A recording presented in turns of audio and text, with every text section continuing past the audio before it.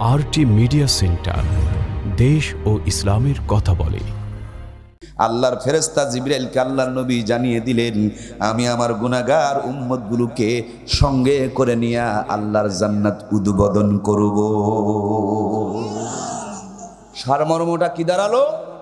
আপনাকে আমাকে সঙ্গে করে নিয়ে বিশ্ব নবী জান্নাত উদ্বোধন করবেন, এই জন্য মদিনাতে তিনি অপেক্ষা করছেন। সুবহানাল্লাহ। নবীজি আপনার জন্য ইন্তজারে রয়েছেন। বিশ্ব নবী আপনার মুখের দিকে তাকিয়ে রেখেছেন। আপনি নবীজির সঙ্গে জান্নাতে যাওয়ার জন্য তৈরি হন, প্রস্তুত হন। আপনি কেমনে নবীজির সঙ্গে জান্নাতে যাবেন? নবীজি বলে দিলেন, মান আহাব্বা সুন্নতি ফাকাদ আহাব্বানি ওয়া মান আহাব্বানি কানা মাই ফিল জান্নাহ। যে ব্যক্তি আমার সুন্নতগুলোকে মহব্বত করলো, সে যেন আমাকে মহব্বত করলো, আর যে আমাকে মহব্বত করলো, মদিনাওয়ালা বলেন, কেউ যখন কাউকে চিনবে না, সেই দিন ওই ব্যক্তিগুলো আমি নবীর সঙ্গে আল্লাহর জান্নাতে যাবে। সুবহানাল্লাহ। এই জন্য প্রাণীর ভাইয়েরা আমার, সুন্নতের সঙ্গে জিন্দেগির গভীর এবং নিবিড় সম্পর্ক কায়েম করতে হবে। নবীর মতে মত, তাকে বলে নবীর উম্মত। যার মত নবীর সঙ্গে মিলবে না, সেটা নবীর উম্মত হতে পারে। নবীজি বলেছেন, পাতলা কাপড় মায়েদের পরায়া রাস্তার মধ্যে জাহিলের মতন ঘুরায়ও না। ওয়াকারনা ফি বুয়ুতিকুন্না ওয়ালা তাবাররাজনা তাবাররুজাল জাহিলিয়াতিল উলা। জাহিলি মেয়েদের মতন চলতে নিষেধ করেছেন আল্লাহ কোরআনুল কারীমের ভিতরে। আল্লাহর নবী নিষেধ করে বলে দিয়েছেন, দুনিয়ার মধ্যে যে যার সাথে সম্পর্ক রাখবে, কিয়ামতের দিন আল্লাহ তাআলা তার সঙ্গে তার হাসর নসর করাবে। এই দুনিয়াতে যদি কিরণমালা কটকটি আর পাখির সাথে আমরা সম্পর্ক রাখি, মরার পরে ফাতেমা, আসিয়া, খাদিজার সঙ্গে কি হাসর নসর হবে? কিন্তু আমরা করিটা কি? মরার আগে দেখে মনে হয় এটা কিরণমালা, কটকটি অথবা পাখি। আর যেমনি মরে যায়, দেখবেন গোসল টুসুল করায়া সুন্দর করে চকলেট মুড়ি দিয়া খাটলির মধ্যে যখন শোয়ায়াত হয়, তখন মনে হয় এটা জিন্দা একটা ফাতেমা। কথা কি বুঝতে পারছেন? 1 ঘন্টা আগে কটকটি আর 1 ঘন্টা পর ফাতেমা। এটা মুসলমানের চরিত্র হতে পারে না। কোন মুসলমান এরকম আকাম কুকাম করে মরার পর সুন্নতের দোহাই দিয়া জান্নাতের ধান্দা করতে পারে না।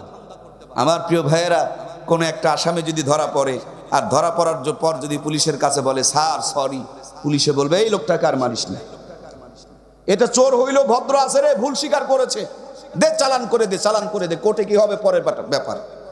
কিন্তু আর একটা লোক চোর এবং বাটপার। বাটপার বোঝেন তো? চুরির উপরে ডবল বাটপার।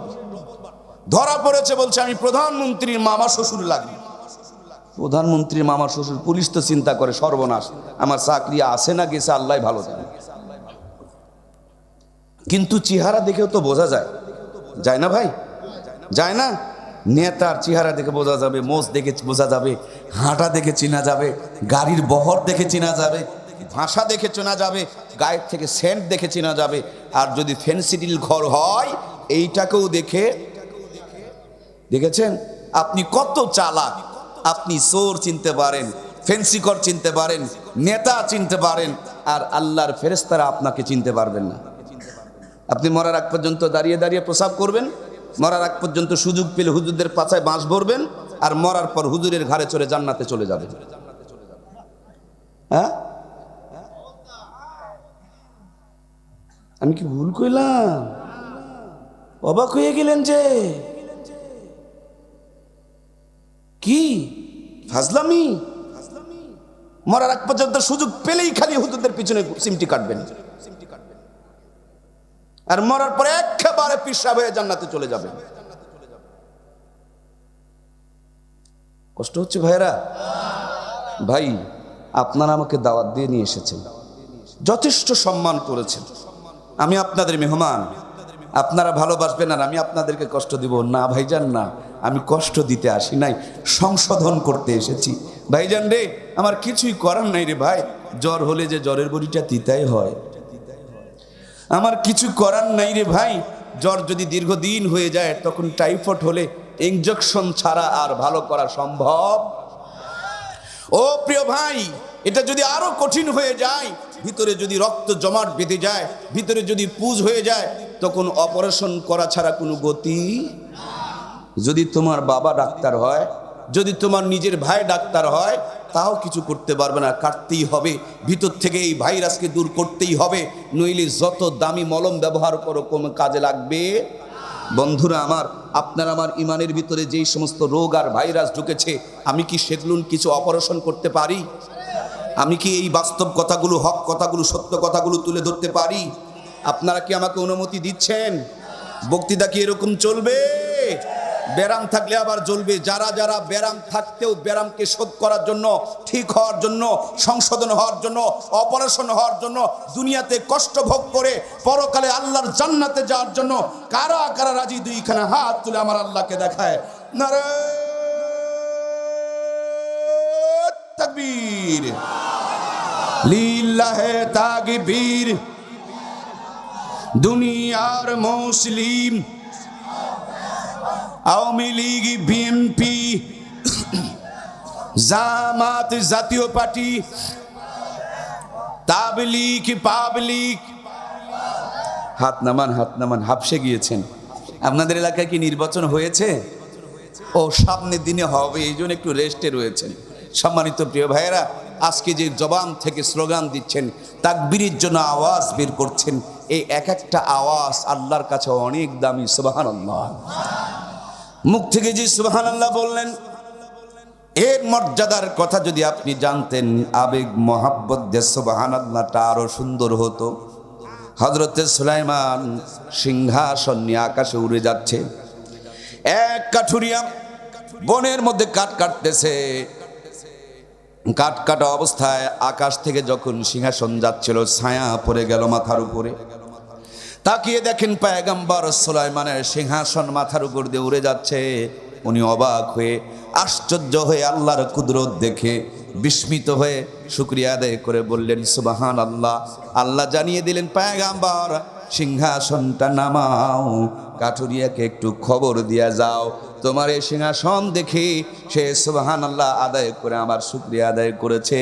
তোমার এই সিংহাসনের চাইতে সুবহানাল্লাহর দাম আমি আল্লাহর কাছে অনেক বেশি।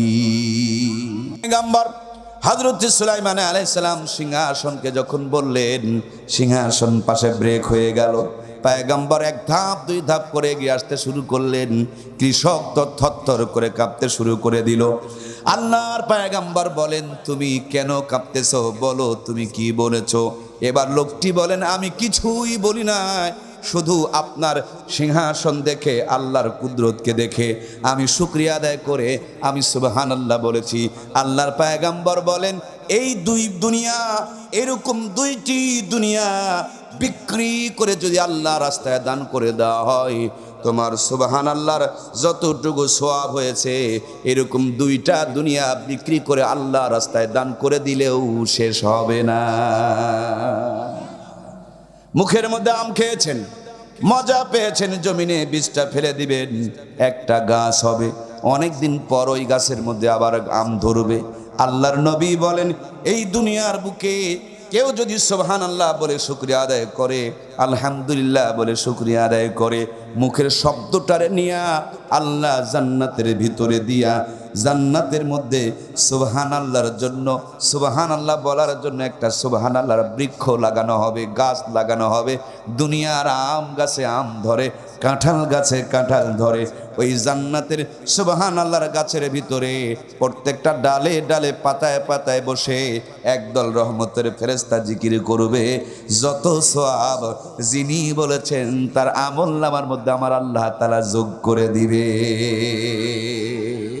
এর জন্য প্রিয় ভাইয়েরা, জান্নাতীরা জান্নাতে গিয়া আফসোস করতে করতে হাতগুলোকে কামড়ায় বগল পর্যন্ত ঠেকা দিবে আর বলবে, হায় যদি বিড়ি না টেনে মসজিদে গিয়া তাসবিহ টানতে পারতাম, যদি টিভির পর্দার সামনে না থেকে ওই টাইমটা যদি আমার আল্লাহকে স্মরণ করতাম, যদি মসজিদে আরো 2 রাকাত বেশি সুন্নত নফল আর তাহাজ্জুদ পড়তে পারতাম।